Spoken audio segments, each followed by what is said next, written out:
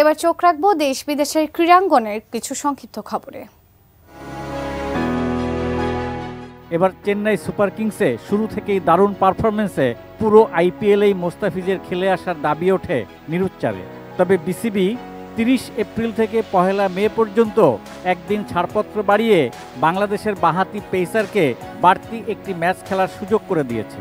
Zimbabwe সিরিজে খেলার বাধ্যবাধকতায় ফিজকে পুরো আইপিএলে খেলার ছাড়পত্র দেয়নি। এ নিয়ে বিসিবির সমালোচনা চলছে। সর্বশেষ ভারতের ক্রিকেট বিশেষজ্ঞ আকাশ চোপড়া সমালোচনা করে বলেছেন, বাংলাদেশের এমনটা করা উচিত হয়নি।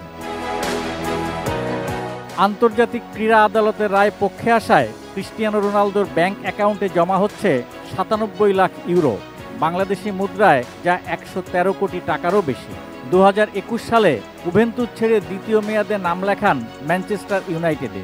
তখন উভেন্তুসের কাছে 97 লাখ ইউরো বকেয়া বেতন দাবি করেন পর্তুগিজ ফুটবল মহাতারকা। ইতালিয়ান ক্লাবটি তা দিতে অস্বীকৃতি জানালে আন্তর্জাতিক আদালতে যান তিনি। অবশেষে সিএএস ওই পরিমাণ অর্থ রোনালদোকে দিতে নির্দেশ দিয়েছেন উভেন্তুসকে। না, আগামী জুন জুলাইয়ে ঘরের মাঠে ইউরো শেষেই জার্মানির দায়িত্ব ছাড়ছেন না। গুঞ্জন উড়িয়ে দিয়ে আরও 2 বছর জার্মানির দায়িত্বে থাকছেন ইউলিয়ান নাগলসম্যান। 36 বছর বয়সী কোচ জার্মান ফুটবল ফেডারেশনের সঙ্গে 2026 বিশ্বকাপ পর্যন্ত চুক্তির মেয়াদ বাড়িয়েছেন। গত বছরের সেপ্টেম্বরে হান্সি ফ্লিককে বরখাস্ত করে নাগলসম্যানকে দায়িত্ব দেয় ডিএফবি। তার অধীনে 6 ম্যাচ খেলে 3 জয় 2 হারের পাশে 1 ম্যাচে ড্র করে জার্মানি। সর্বশেষ 2টি জয় ফ্রান্স ও নেদারল্যান্ডসের বিপক্ষে। আরও একবার টাইব্রেকারে বীরত্ব দেখালেন এমিলিয়ানো মার্তিনেজ।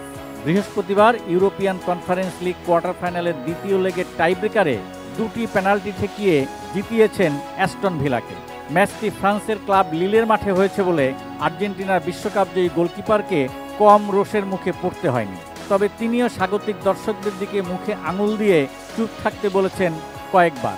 এই নিয়ে ক্লাব ও জাতীয় দলের হয়ে সর্বশেষ 5টি টাইব্রেকারেই জিতলেন আর্জেন্টাইন গোলকিপার। পবিত্র Kundu, sports desk, ATN news.